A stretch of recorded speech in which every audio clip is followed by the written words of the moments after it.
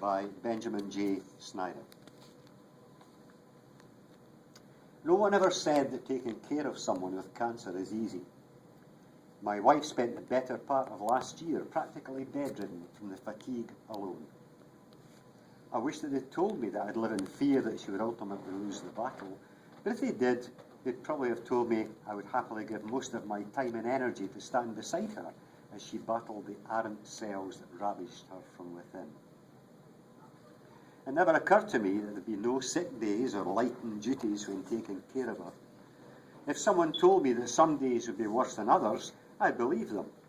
But if they told me that I'd wake up every morning willing to do it all again, I probably would have doubted such eagerness.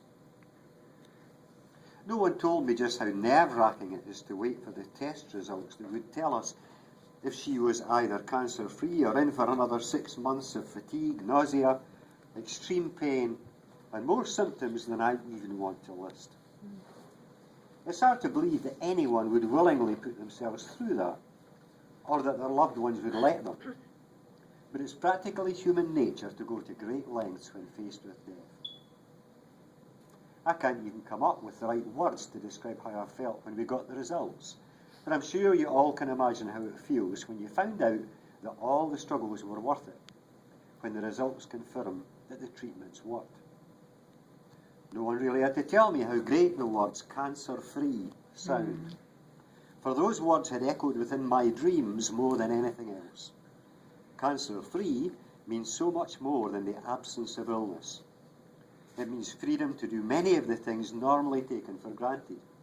It means freedom, a newfound sense of gratitude, and most of all, cancer-free means hope.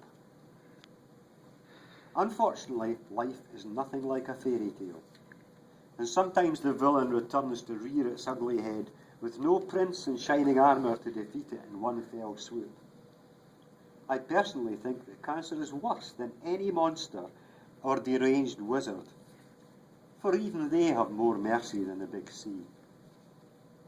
It probably thought 5 months was generous, but there's nothing nice about the cancer coming back. My wife started back on treatment 3 weeks ago, but at least the treatments are mild in comparison and don't make her feel nearly as bad. The last time taught us a lot, and we enter this battle with an even wider array of weapons for us to battle with. They never told me the war is never truly over, for even after we beat the cancer this time, the fear will always remain, but it will not control us or define who we are. They never told me how hard the battle against cancer is on a loved one, and that the war never truly ends. And they never once mentioned that I'd always be forever willing to enter that battle if it ever arises.